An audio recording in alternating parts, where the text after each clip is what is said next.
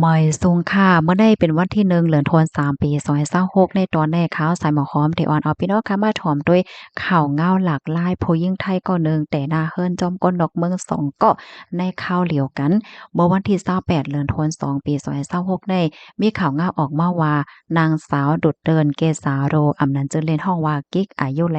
37ปีม่วนตั้งในมะนางเป็นผู้ห้องกว้ามนะคะมานั่งในกอไลแต่นาเฮิรนเฮ็ดปางแขกจอมโพใจดอกเมือง2ก็ที่หนึ่งเนี่ยจื้อห้องว่ามิสเตอร์โรมันค่ะเป็นปลิกค่ะเนาะเดี๋ยวเรียกว่าเป็นขาบการขนเจ้าออสเตรเลียก้วยกะว่าเมื่อเหลียวได้ก็เอาเป็นสินเหย้าเที่ยงก้อนหนึ่งซ้ำจื้อห้องว่ามิสเตอร์แม็กกี้เมื่อเหลียวได้ก็ยังตึกหับนาติปนพรเป็นปลิกเป็นขาบการขนที่เมืองออสเตรเลียอยู่นะคะ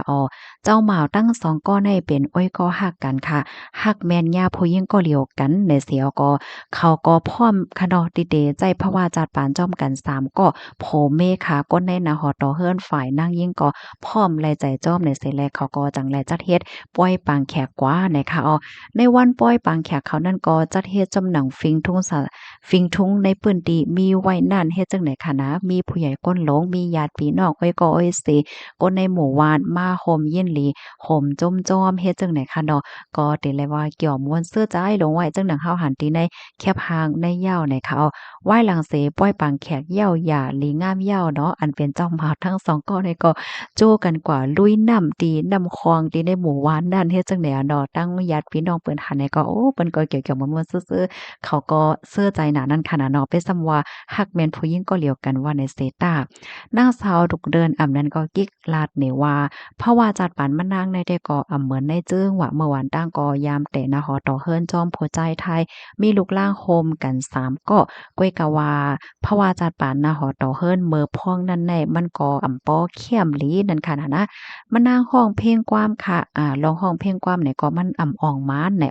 มานางก็กะไลคัดจ้ายค่ะเนาะแต่ตัดสินใจเสกว่าเหตุการณ์ดีพัทยาค่ะเปิดตาหาเงินเลี้ยงพ่อแม่เลี้ยงลูก3เกาะและหลานเทียง2เกาะฮืออยู่ก้วยกะว่ากะไลเยียนกันเหี่ยวก็ต่อสู้ภาวะจัดปานนะครับ เมื่อพ้องดังนั้นไหนก็ไล่คบทบยามมิสเตอร์โรมันเจ้าออสเตรเลียค่ะมาแอวดีเมืองพัทยาสืบนั่นเขาก็ฮักกันใจตื้อเพราะว่าจาดปานจ้อมกันหนังโพเมกันมากเข้าตั้งถึง5ปีแล้วในเมื่อเลียวในมิสเตอร์โรมันในก็เอาเป็นเสียนเหย้านั่นน่ะนะ เข้าย่ำสืบมาในมิสเตอร์แม็กกี้อันเป็นอ้อยก็ฮักกันดังมิสเตอร์โรมันนั่นก็เลยมาแอวดีเมืองไทยเผื่อว่ามาหันมานางเหย้าในก็ซ้ำฮักมานางเถียงก่อหนึ่งเนี่ยค่ะก็เป็นโผก็คู่หันจ้อมอยู่นะย้อนก็เปว่าเขาเป็นอ้อยก็หลีกันอ้อยก็ฮักกันก็เป็นโผก็อำไลว่าอีหังมานางไหนค่ะเนาะมานางก็อบตั้งอันเป็นพ่อจ้ายก็หมายในเสียก็เป็นก็ฮักก็แป้งกันเฮอยู่จ้อมกันมาฮักกันมาก็หมอก1 ปีแลเจ้าในเนี่ยค่ะ กำนันเขา3กกจังไลอบโอ้ตกลงกันเฮแลจะเฮ็ดป้อยปางแขกในปอกกำได้เฮ็ดไหนคะนะอ่อนตั้งตีเดจัดปางแขกนั่นไหนมานั่งไหนก่อนไลเกื้อกลมตั้งปอแม่ไลตองถามลูกล่างว่าสังว่าให้ไหนก้นกูก็ขนมว่าปอแม่ว่าลูกล่างก็ซ้ำย่อมรับไลหันหลีจ้อมอยู่นั่นน่ะเนาะมือกาก่อนป้นบ้านในอันพ่อจ้าย2ก้อนในก็ลุ่มลาด้วยถึงลีนาในค่ะว่าเต็ดด้วยถึงมันนางไลตั้งปอแม่ก้นในหนาหอต่อเฮิรนเฮ็ดจังได๋นั้นขนาดนะ สอนเจ้าหนังว่าอยู่จ้อมกันไลหนังเกี่ยวๆม่วนๆซื่อๆก็ก้นในหนาหอต่อเฮิรนก็ย่อมรับไลอยู่อำว่าอีสางจังได๋ค่ะนะ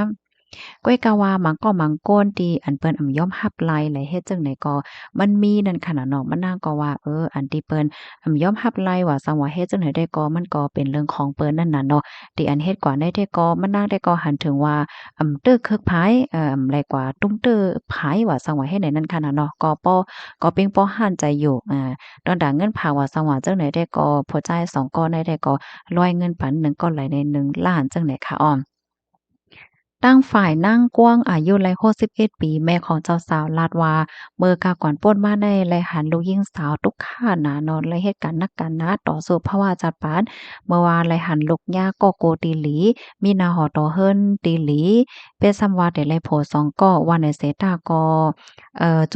มนั่นขนาดนอย้อนก็บ่ว่าก้นสองก็ในก็ล่มลาดด้วยถึงลูกแลก็ในหนอหอต่อเฮิรนหลีอยู่เฮ็ดไหนคะอ้อ ดอนดาก้นตีอันว่าย่อมรับว่าสังวาเนี่ยก็เอาเขาว่าละเป็นป้ายบนของเขาเฮาเลยหันลูกยิงเฮามีตั้งเกี่ยวตั้งมนต์ตั้งซื้อเล่งลูกเล่งหลานเล่งนาหอต่อเฮิรนไหลก็เปียงปอห่านแจ๋วว่า ฮ็ดไหนออป้อยปังแขกปอกกำได้ก็เฮาก็มจะเลยว่ามุงม่อง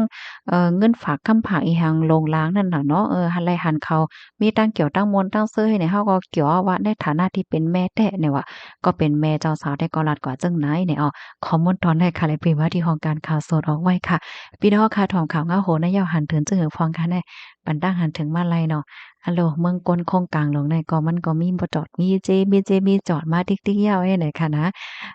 ค่ะลูกดีข่าวเงาโหนได้เหตุกำในค่ะได้ย้อนอ่อนพี่น้องค่ะมาถ่อมด้วยเมาก้อยเนี่ยค่ะ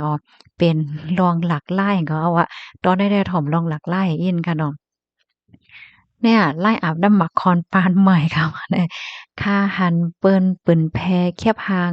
อันไหนเยาก็เปิ้นก็แต้มว่าไล่อาบน้ำหมักคอนปานใหม่เอาแน่หลีเข้าใจไว้หลีสนใจไว้เฮ็ดจังได๋วะนะเมื่อกาก่อนป่นมาค่ะเนาะปอเฒ่าแม่แก่เฮาปอแม่เฮาแหละจังได๋อะเนาะก็ได้แก้แจ้นำหมักคอนปันลูกหลานอาบให้แหน่นะก้อยกะว่าอะโลตะได้อาบน้ำหมักคอนได้บางปอกบางไหลก็ทำแต่เลยยกมาอาบในห้องน้ำห้าอาบนั้นก็ อาบตั้งดอกมันคล้ายขานใจไว้ให้แดเอามามัดกึกไว้ตีน้ำเฮ็ดแหนก็แค่นหลีย่อเปิดน้ำออกมาก็ไล่อาบน้ำหมักคอนก่อนให้ตัวย่อหลานได้เฮ็ดแหนเนาะเอ่อลองได้แท้บางก็มันก็ว่ามันจ่ายมันใจไล่มันน่ะแซแต่ได้อาบน้ำหมักคอนได้มันก็มีคักตอนมันนะเตไล่ใส่ในปุ้งเหเตไล่ใส่ล่อไม้อันนั้นอันใดเตไล่ตากแดดไว้เตไล่อาบข้าวนั้นข้าวนั้นมันก็มีลอกไล่มันอยู่ละลิเฮ็ดจังได๋ได้มันสั่งถูกโยเลยค่ะเนาะ อันนั้นได้ก็เมาๆก้อยค่ะนะเอามาอบมาลัดมาไข่เนี่ยมันเป็นน้องเฮาค่ะให้พี่น้องเฮาค่ะหันว่ามีจดมีเจน่ะเมืองโกเลยก็เฮ็ดได้นะกำใดได้ย้อนมาด้วยขันค่ำอีกหนึ่งค่ะเนาะขันค่ำได้แท้อาลาลาแลบเดปุงคืนเนาะค่ะโยเงาไหลปอดวันออกกลางสุกซักปอดดันหน้าเนาะ โอ้โฮคืนสูงเต้ายาวค่ะพี่น้องคำแตงค่ะเนาะเพราะว่าเฮาค่ะมีเสกว่าขาย1วัตต์ใน77,000เฮง4ปากค่ะเพราะว่าก็ซื้อซ้ำ70,000 7เฮง6ปากคำหางเคิงเพราะว่าเฮาค่ะมีเสกว่าขาย1วัตต์ใน75,000เฮง8ปาก45เพราะว่ากว่าซื้อซ้ำ78,000เฮง4ปากในค่ะในเป็นขันค่ำวันมื้อในค่ะนะเป็นสีเขียวลงไว้ในวันเมื่อว่าวันเหลียวก้อยค่ะเนาะขันค่ำคืนใน1เฮง4ปาก50บาทว่าจั่งใดยินจงพี่น้องค่ะกูก็ที่รับถอมปันแห้งค่ะย้อนให้อยู่ลีกินหวานในรถเพศกันค่ะเนาะหมอยสูงค่ะ